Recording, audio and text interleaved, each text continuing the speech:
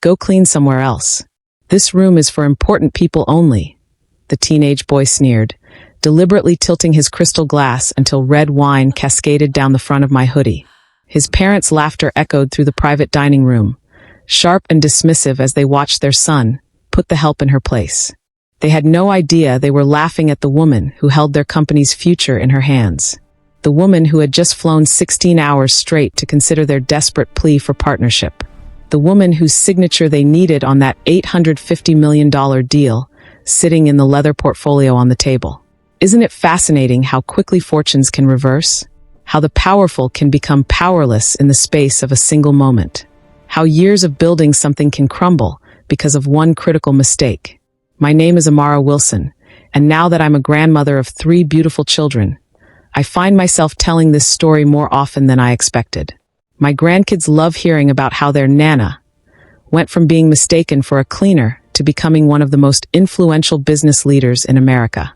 And this is the story of how the prestigious Harrington family went from commanding a business empire to losing everything they built, while I rose even higher than I ever imagined. Hello there. Thanks for joining me today. Whether you're watching this from your couch, on your commute, or while doing chores, I appreciate you being here. How's the weather where you are? Here in my home, the sun is streaming through the windows, making it a perfect day to tell you about one of the most pivotal moments of my life. But let me start from the beginning. I was 26 when I revolutionized medical technology with an algorithm that could predict treatment outcomes with unprecedented accuracy. By 30, my company Medicore had become the most sought-after healthcare partner in the industry. What most people didn't know was that I had grown up in a neighborhood where hospitals were understaffed and medical care was substandard. My own father had died because of a preventable medical error. I built my empire not just for profit, but with purpose. Despite my success, I never changed my approach to business. I valued substance over appearance, often showing up to meetings in my trademark jeans and hoodie after working through the night. My brilliance spoke for itself, and most industry leaders had learned to look past my casual attire to the genius behind it. Most, but not all. The Harringtons were old money. Their pharmaceutical company, Equinox Health, had dominated the market for decades. But recent failures in drug development and mounting lawsuits had left them vulnerable. They needed my technology to survive. Their company was worth billions on paper, but without this deal, they faced bankruptcy within months. That evening, I had flown directly from a humanitarian mission in West Africa to the Harringtons' chosen restaurant. I hadn't had time to change. They're desperate for this deal, I told my assistant Jane on the phone. They'll be grateful I made it at all. I couldn't have been more wrong. When I walked into that private dining room at Lucille, the maitre d' recognized me immediately and ushered me in with respect. But 15-year-old Preston Harrington, heir to the Harrington fortune, only saw a black woman in casual clothes entering his family's space. What happened next would change everything for both me and the Harringtons. A single moment of disrespect that would trigger the collapse of a dynasty and cement the rise of my vision for healthcare. If you're enjoying this story so far, make sure to like this video and subscribe to our channel for more incredible true stories of justice served. Now let's continue with what happened when Preston Harrington made the biggest mistake of his privileged young life. I stood there, wine dripping down my hoodie, as Richard and Catherine Harrington's laughter gradually faded. They must have noticed the maitre d's horrified expression, because Richard finally cleared his throat. "Preston, that's enough," he said, though his tone lacked any real reprimand. "I'm sure the woman was just confused about which room she was supposed to clean." Catherine nodded, her diamond earrings catching the light. "These service people often get mixed up. No harm done." She turned to me with a practiced smile that never reached her eyes. "The staff entrance is through the kitchen, dear. This is a private function." I remained perfectly still, studying them. The Harringtons were exactly as I'd heard. Old Boston money. Fifth-generation pharmaceutical magnates who believed their wealth made them untouchable. Richard with his silver-streaked hair and custom suit. Catherine with her surgical perfection and cold eyes. And young Preston, watching me with smug satisfaction, secure in the knowledge that there would be no consequences for his actions. "Actually," I said quietly, "I believe you're waiting for me." The confusion on their faces might have been comical under different circumstances. "I'm Dr. Amara Wilson, CEO of Medicore." I reached into my pocket and place my business card on the pristine white tablecloth. I came directly from my flight to make this meeting. The color drained from Richard's face so quickly I thought he might faint. Catherine's mouth opened and closed without sound. Preston's smug smile froze, then crumbled. "Dr. Wilson," Richard finally managed, standing so abruptly his chair nearly toppled. "There's been a terrible misunderstanding." "No misunderstanding at all," I interrupted, my voice steady despite the anger burning in my chest. "Your son saw a black woman in casual clothes and assumed I was the help. You and your wife laughed. The situation is perfectly clear." "Please," Catherine said, her voice suddenly honey-sweet as she rose to join her husband. "Preston is just a boy. He didn't mean anything by it." "He's 15, not 5, I replied. "Old enough to know better, unless he's been taught otherwise." I looked directly at them. Children learn what they live. Richard was sweating now, desperation evident in every line of his face. "Dr. Wilson, please. We've been looking forward to this partnership for months. What Preston did was inexcusable, but I assure you it doesn't reflect our company values." I almost laughed at that. Almost. "I've reviewed your company culture reports, Mr. Harrington. You have exactly 2 black executives among your top 100 positions, despite operating in cities with significant black populations. Your diversity initiatives have been consistently underfunded. And now I see why." I reached for the leather portfolio on the table, the one containing the partnership agreement that would have saved their company, the one they'd spent months negotiating, the one worth $850 million. "Medicor will not be moving forward with this partnership," I said, tucking the portfolio under my arm. "I choose to work with people who see value in others regardless of appearance. Good evening." As I turned to leave, Preston finally spoke up. "You can't do that. Do you know who we are? My father will destroy your company." I paused at the door and looked back at the boy, wine stain on his expensive shirt where it had splashed back from my hoodie. "No, Preston. He won't. But thank you for showing me exactly who you are before I made a very expensive mistake." The door closed behind me with a soft click that, in retrospect, was the sound of the Harrington empire beginning to crumble. The next morning, I sat in my hotel suite watching the financial news. The reporter's voice was grave as the Harrington Health stock ticker scrolled across the bottom of the screen, numbers falling in real time. Breaking news in the pharmaceutical sector as Harrington Health shares plummet following reports that their anticipated partnership with healthcare tech giant Medicor has fallen through. Sources close to the deal suggest the partnership, valued at approximately $850 million, was expected to save Harrington from recent setbacks. My phone hadn't stopped ringing since I'd left the restaurant. 17 missed calls from Richard Harrington, 5 from Catherine, dozens from their lawyers and board members. I hadn't answered any of them. Instead, I'd called James Bennett, CEO of Bennett Pharmaceuticals, Harrington's biggest competitor. "Amara," James said when he picked up my call that morning. "I heard rumors about what happened with the Harringtons. Is it true? If you're asking whether I'm still considering a partnership with them, the answer is no," I replied, watching another news alert about Harrington Health stock drop flash across my television screen. "Their loss," James said. There was a pause. "You know, we've been developing something that would pair perfectly with your predictive algorithm. Any chance you'd be willing to hear our pitch?" I smiled. "Actually, I've been following your work on accessible medication pricing. I'd be interested in discussing how Medicor might fit into that vision." "Name the time and place," James said immediately. "I'll be there. Tomorrow morning, my office in Boston. And James, come as you are. We value substance over style at Medicor." After hanging up, I called my executive team to brief them on the situation. My COO, David Thompson, was concerned. "Amara, the Harringtons won't take this lying down," he warned. "Richard has connections throughout the industry. He'll try to retaliate." "Let him try," I said. "We have something he doesn't." "What's that?" "The moral high ground and better technology." I spent the rest of the day preparing for my meeting with Bennett Pharmaceuticals while monitoring the fallout from my decision. By afternoon, Harrington Health had issued a public statement expressing deep regret for the unfortunate misunderstanding and reaffirming their commitment to diversity and inclusion. It was corporate damage control at its most transparent. Too little, too late. That evening, as I was reviewing Bennett's latest research data, my assistant Jane called. "Amara, you need to see this," she said, her voice tight. Richard Harrington just gave an interview on Business Tonight.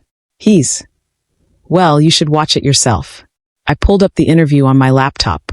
Richard Harrington looked haggard, his usual polished appearance fraying at the edges as he spoke to the interviewer.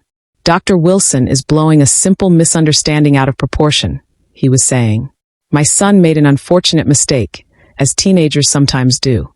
But to punish an entire company, to put thousands of jobs at risk, over something so trivial seems vindictive and unprofessional. The interviewer, to her credit, didn't let him off easily. Sources claim your son deliberately poured wine on Dr. Wilson after mistaking her for cleaning staff, and that you and your wife laughed at the incident. Would you characterize that as a simple misunderstanding? Richard's face tightened. That's a gross mischaracterization. Dr. Wilson arrived dressed inappropriately for a business meeting of this caliber. There was confusion about her identity. As for the wine, it was an accident that's been exaggerated. I closed the laptop, a cold anger settling in my chest. So this was how they planned to play it, by lying, by shifting blame, by painting me as unreasonable and unprofessional. My phone buzzed with a text from Jane. Twitter is blowing up with hashtag Harrington Lies and hashtag I Stand with Dr. Wilson. People aren't buying his version. I wasn't surprised. The maitre d' and several staff members had witnessed the incident. The truth had a way of getting out, especially when powerful people tried to bury it. That night, I made a decision that would change not just my company's trajectory, but the entire healthcare industry. The Harringtons had shown me exactly what was wrong with the old guard. The entitlement, the prejudice barely concealed beneath polished veneers, the belief that money could erase consequences. It was time for something new, something better, and I was just the person to build it. The morning headlines were brutal for Harrington Health. Pharmaceutical giant in freefall after CEO's racist incident. Harrington Health faces boycotts as stock plummets 28%. Investors flee as Harrington partnership with Medicor collapses. I arrived at my Boston office early, preparing for my meeting with James Bennett. My team had worked through the night analyzing Bennett Pharmaceuticals' research portfolio, identifying synergies with our technology. Dr. Wilson, my assistant Jane said, stepping into my office. Mr. Bennett has arrived. James Bennett was everything Richard Harrington wasn't. Self-made, innovative, and genuinely committed to healthcare accessibility.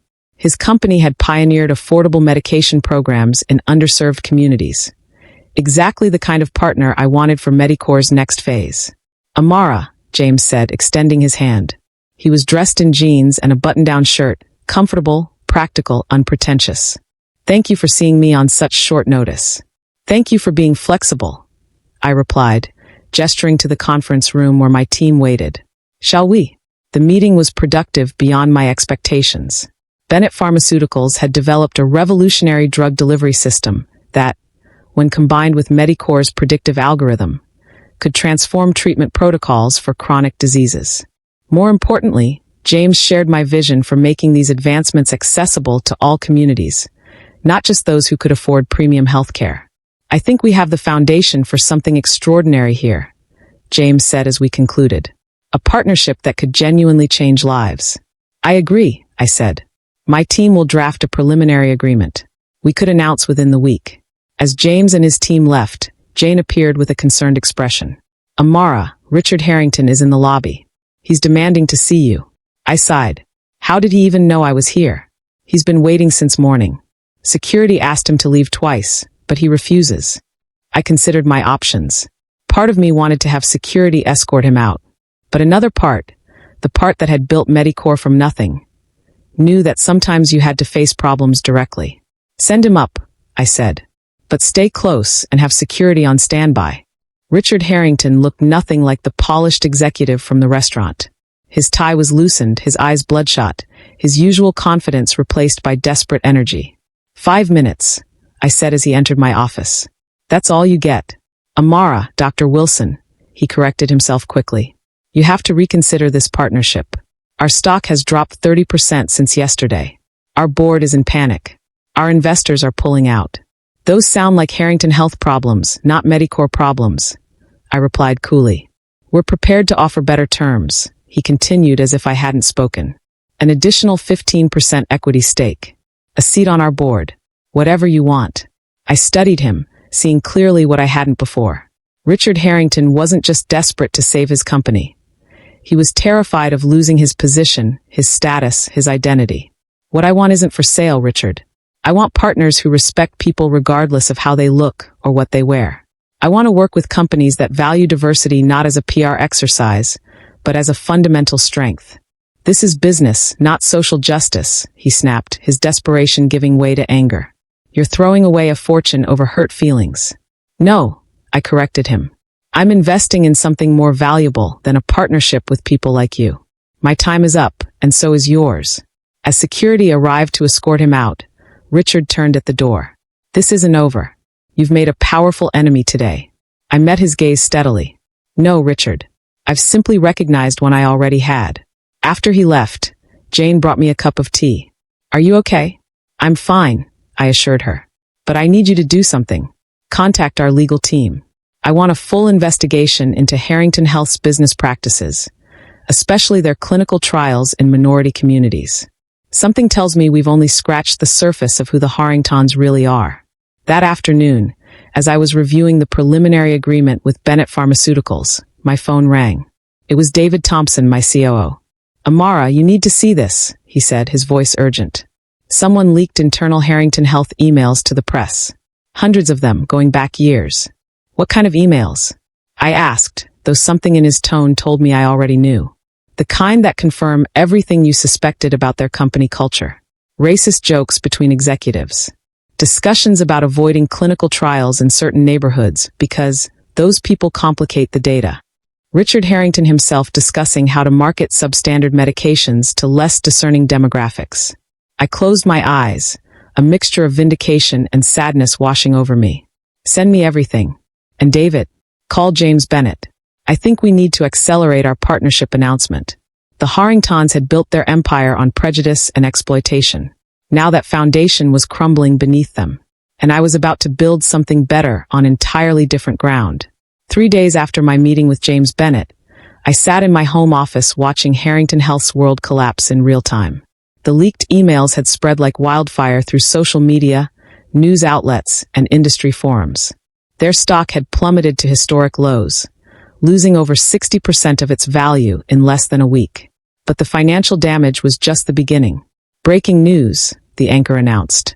The FDA has launched a formal investigation into Harrington Health following allegations of discriminatory practices in their clinical trials.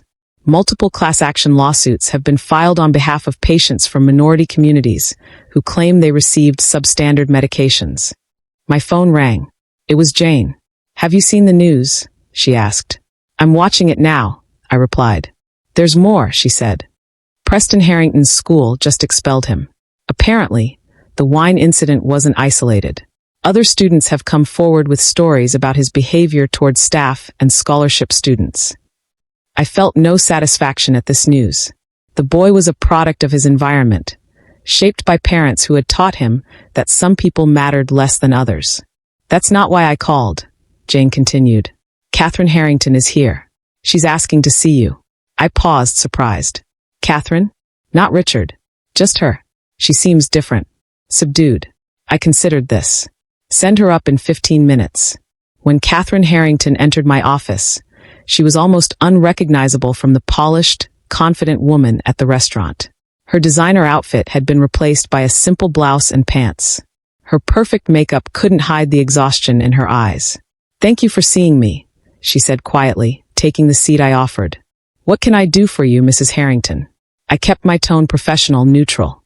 She placed a folder on my desk. These are documents you should see. Financial records, board meeting minutes, clinical trial data that never made it to the FDA. I looked at the folder, then back at her. Why are you giving me this?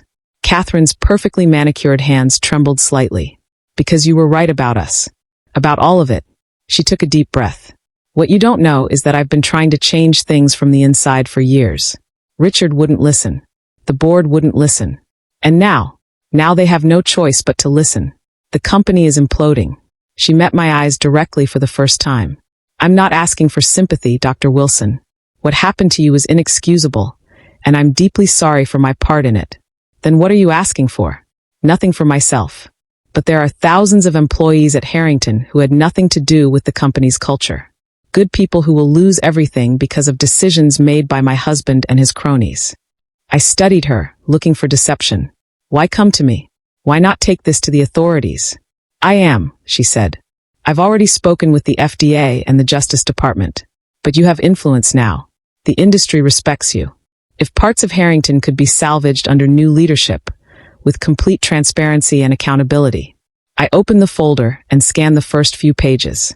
What I saw made my blood run cold. The discrimination went far deeper than I'd imagined. Clinical trials deliberately skewed. Data manipulated.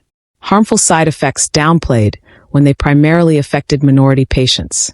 Does Richard know you're here? I asked. Catherine's expression hardened. Richard doesn't know much of anything right now. He's too busy trying to save himself. I've filed for divorce. The news surprised me. I'm sorry. Don't be. It's long overdue.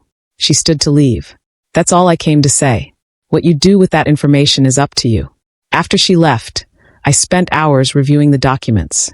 They painted a damning picture of Harrington Health's operations, but also revealed divisions within the company. There were emails from scientists who had objected to the manipulated trials, memos from mid-level managers trying to implement diversity initiatives, only to be shut down by senior leadership. That evening, I called an emergency meeting with my executive team and James Bennett. We need to change our approach, I told them, spreading Catherine's documents across the conference table. The Harrington situation is worse than we thought, but also more complicated. What are you suggesting? James asked.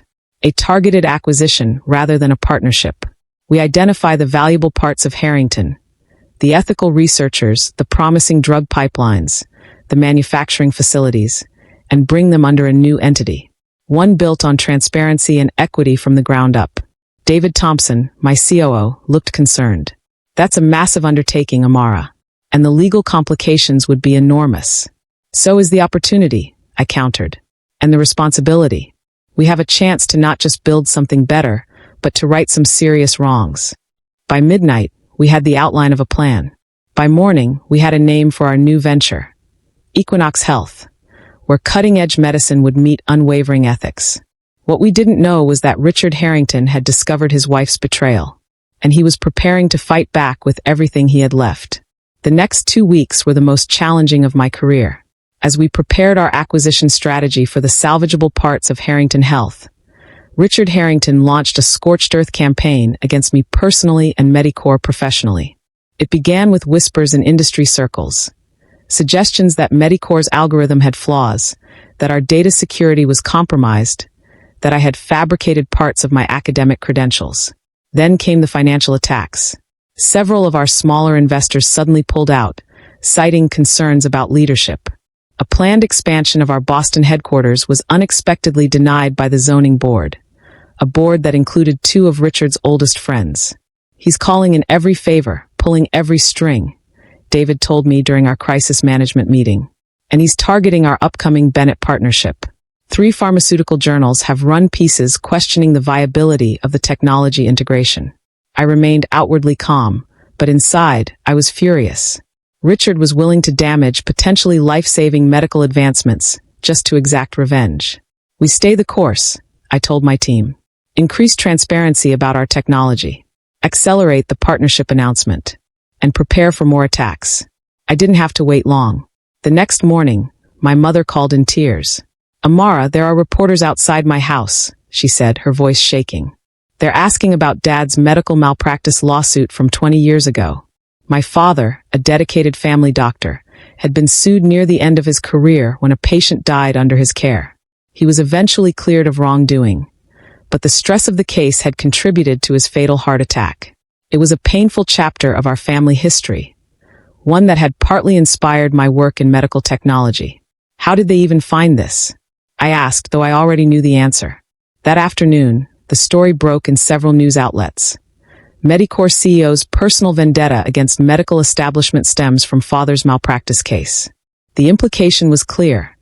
My company's mission wasn't about improving healthcare, but about settling old scores. It was a calculated attempt to undermine my credibility and question my motivations. The attacks kept coming. Anonymous sources claimed I had stolen the core algorithm for Medicore from a former colleague. Old boyfriends suddenly appeared in tabloids, sharing concerns about my character.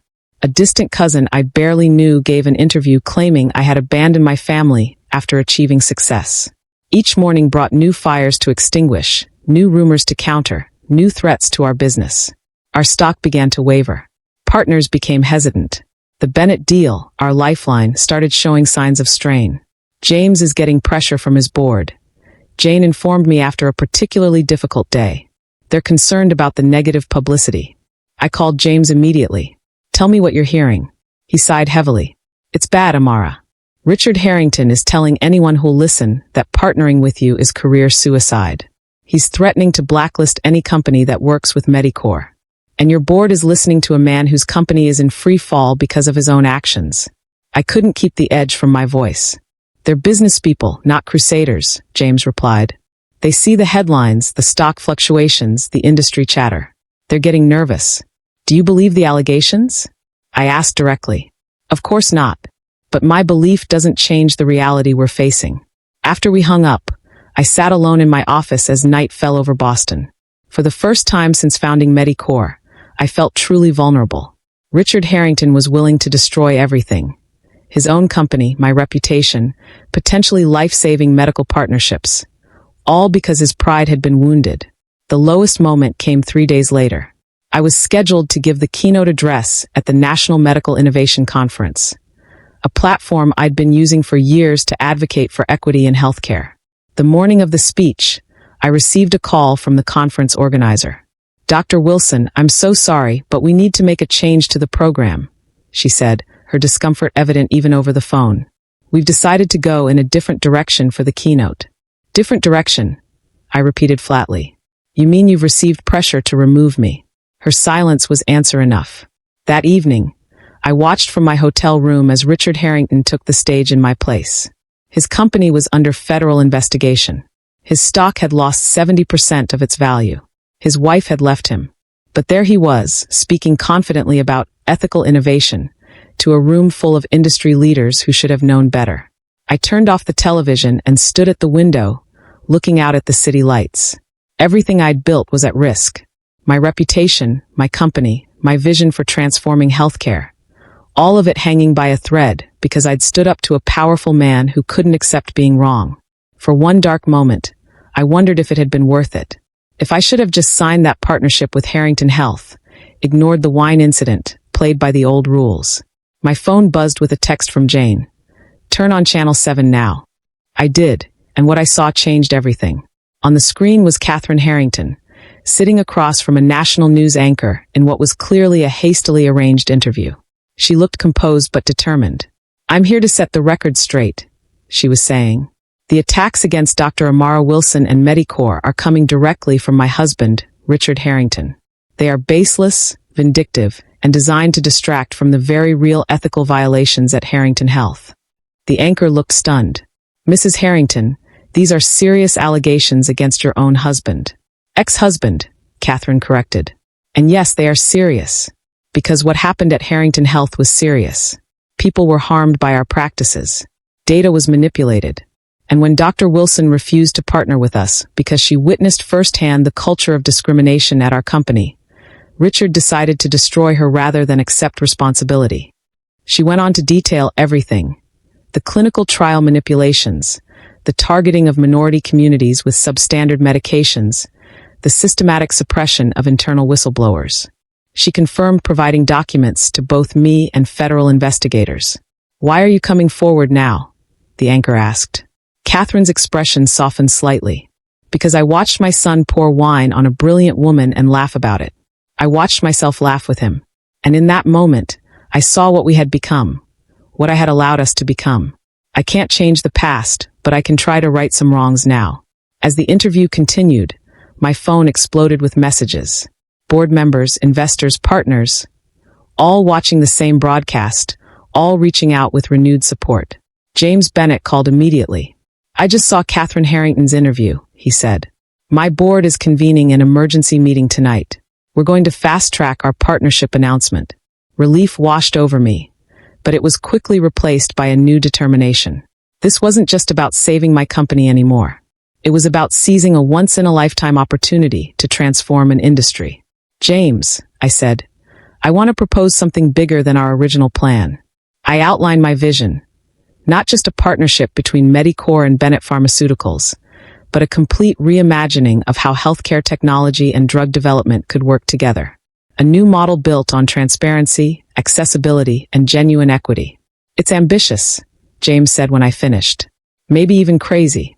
The old way is what's crazy, I replied. Developing life-saving treatments that only the privileged can access. Running clinical trials that don't represent real patient populations. Building healthcare systems that perpetuate inequality instead of eliminating it. There was a long pause before James spoke again. You know what? You're right. Let's do something crazy. The next morning, I faced a choice that would define not just my career, but my legacy. I could play it safe, rebuild Medicore's reputation gradually, proceed with the Bennett partnership as originally planned, and eventually recover what Richard Harrington had tried to take from me. Or I could take a leap into uncharted territory. Use this moment of crisis and attention to push for something truly revolutionary. Something that would make the Harrington incident not just a personal vindication, but a catalyst for industry-wide change. As I prepared for the press conference we had hastily arranged, Jane brought me a package that had just been delivered. Inside was a handwritten note from Catherine Harrington and a small wooden box that had belonged to her grandmother. The note read, Dr. Wilson, this box was given to my grandmother when she became the first woman on the board of a bank in 1942. She told me it was to hold her courage on days when men tried to make her feel small. I think you have more than enough courage of your own, but perhaps it can hold your vision for the future you're building. With respect and gratitude, Catherine. Inside the box was a simple silver pin in the shape of a key. I pinned it to my jacket, my usual hoodie replaced for this one occasion with a tailored suit, and headed to the press conference where I would announce not just a partnership, but a revolution. The choice wasn't really a choice at all. I knew exactly what I had to do. The grand ballroom of the Boston Medical Convention Center was packed beyond capacity. Journalists from every major news outlet jostled for position. Healthcare executives, researchers, and policymakers filled the seats. Even patients' rights advocates had been specially invited, something unheard of at traditional industry announcements. I stood backstage, watching the crowd through a small monitor. James Bennett was beside me, reviewing his notes one last time. Nervous? He asked. I touched the silver key pin on my lapel. No. For the first time in weeks, I feel completely certain. The lights dimmed, and the Medicore logo appeared on the massive screens throughout the ballroom. A hush fell over the crowd as I walked onto the stage, followed by James and our respective executive teams. Good morning, I began, my voice steady. Thank you all for coming on such short notice. Today isn't just about an announcement between two companies. It's about redefining what healthcare can and should be in the 21st century. I paused, scanning the room. In the third row, I spotted Richard Harrington. He hadn't been invited, but I wasn't surprised he'd found a way in. His face was tight with barely controlled anger. 2 weeks ago, I experienced something that many people of color face every day, being judged not by my abilities or accomplishments, but by my appearance. Being dismissed, disrespected, and literally having wine poured on me because I didn't fit someone's idea of what a CEO should look like. Murmurs rippled through the audience. Everyone knew the story by now. That incident led to the dissolution of a potential partnership with Harrington Health. It also led to revelations about deeply troubling practices within that company. Practices that put profit above people, that valued some lives more than others. Richard shifted uncomfortably in his seat as several cameras turned toward him. But today isn't about dwelling on what went wrong. It's about showing what can go right when companies commit to genuine equity and transparency. I gestured to James, who stepped forward. Medicore and Bennett Pharmaceuticals are proud to announce not just a partnership, but the creation of a new entity, Equinox Health. The logo appeared on screen, a stylized sunrise, half blue for technology, half green for medicine. Equinox will combine Medicore's predictive healthcare algorithms with Bennett's drug delivery systems, James continued. But more importantly, it will pioneer a new approach to medical research and development. I stepped forward again. Every clinical trial will include representative demographics from the start, not as an afterthought. Every medication will be developed with accessibility plans built in. Every technology will be designed to reduce healthcare disparities, not reinforce them. The room had gone completely silent, hanging on every word. And to ensure we stay true to these commitments, I said, we're taking an unprecedented step. I nodded to my assistant Jane, who opened the ballroom's side doors. Through them walked 20 people of diverse ages, races, and backgrounds. I'd like to introduce our Equity Advisory Board. These individuals represent patient advocates, community health workers, ethics specialists, and people who have experienced healthcare disparities firsthand. They will have veto power over any product or initiative that fails to meet our equity standards. Gasps and whispers filled the room. Nothing like this had ever been attempted in the pharmaceutical or medical technology industries. But we're not stopping there, I continued. Equinox Health is acquiring the research division of Harrington Health, rescuing the valuable work of scientists who have been fighting for ethical practices from within. We're establishing a $200 million fund to compensate communities harmed by discriminatory clinical trials. And we're creating 5,000 new jobs, with priority hiring from underrepresented groups in medicine and technology. The room erupted in applause. Journalists were frantically typing on their devices. Healthcare executives were whispering urgently to each other. And Richard Harrington was on his feet, face contorted with rage.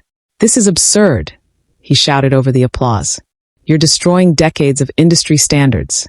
You're letting unqualified people make medical decisions. This will never work."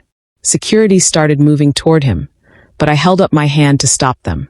"Mr. Harrington," I said calmly, "your perspective is exactly why this change is necessary.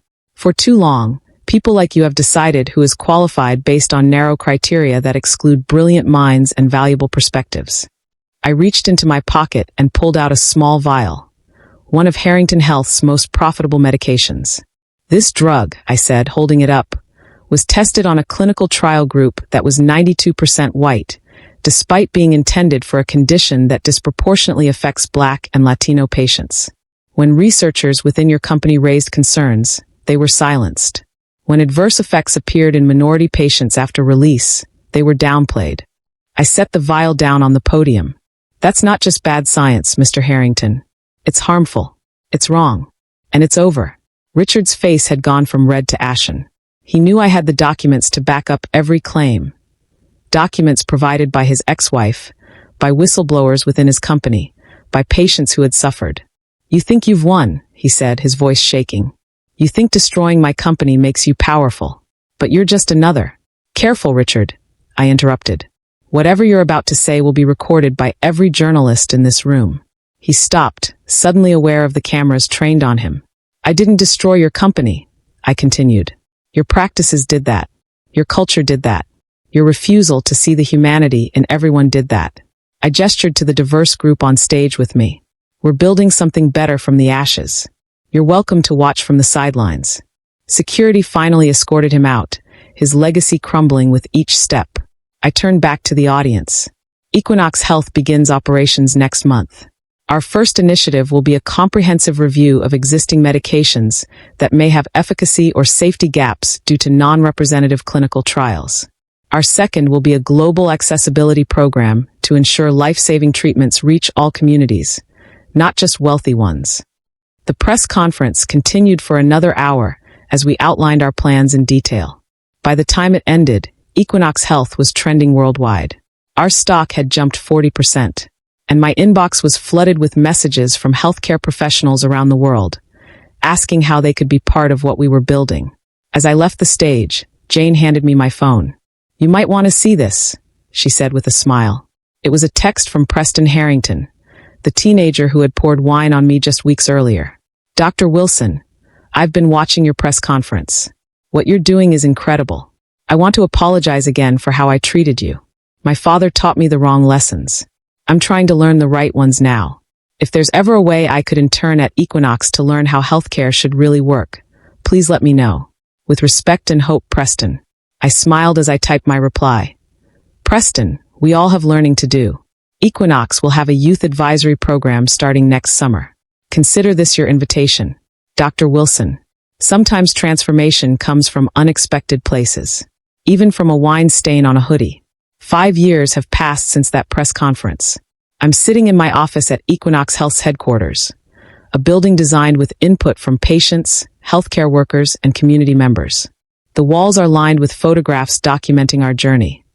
The groundbreaking for our first accessible research facility in a historically underserved neighborhood. Our team celebrating FDA approval of our first jointly developed medication. Children from our healthcare education program visiting our labs.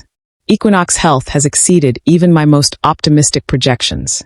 Our market value has tripled. Our medications reach patients in 62 countries.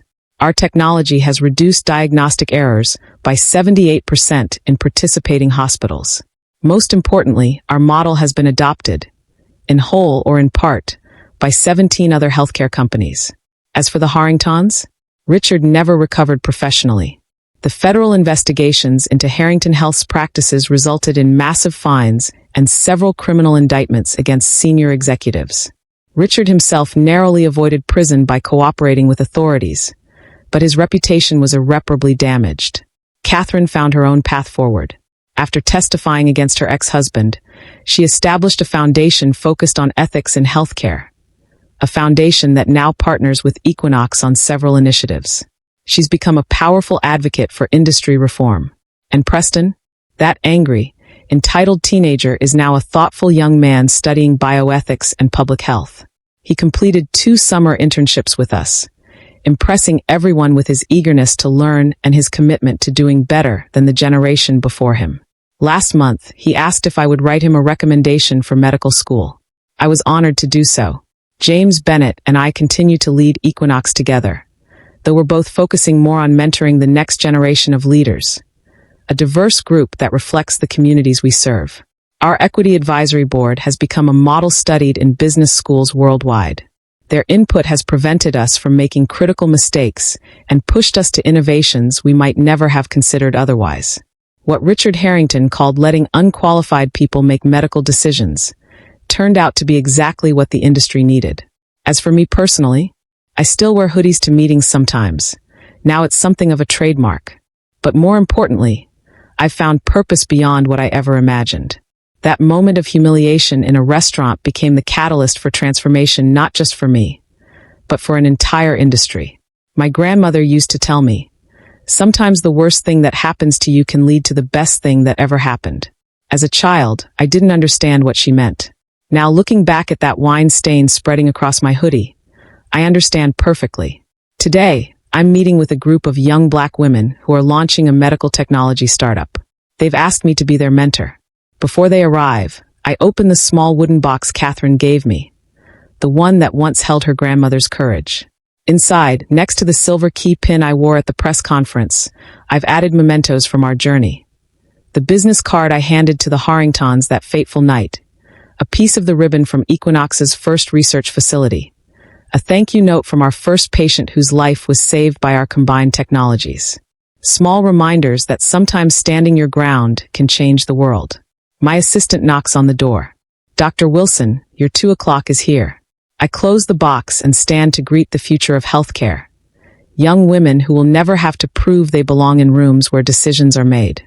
Send them in, I say with a smile. We have work to do. So there you have it, my grandchildren. That's how your grandmother went from having wine poured on her to building one of the most successful healthcare companies in the world. The moral of the story isn't just about standing up to bullies or fighting discrimination, though those things matter. It's about recognizing moments of challenge as opportunities for transformation. It's about building something better than what came before. And sometimes it's about a teenage boy with a glass of wine who thought he was teaching someone a lesson, never realizing the lesson would ultimately be his. If you've enjoyed this story, please like and subscribe to our channel. Share it with someone who needs to hear that their worst moments might lead to their greatest triumphs. And let me know in the comments, what challenge in your life became an unexpected opportunity? Until next time, remember, your worth isn't determined by how others see you, but by how you see yourself, and what you choose to build from the materials life gives you, even when those materials include a wine stain on your favorite hoodie.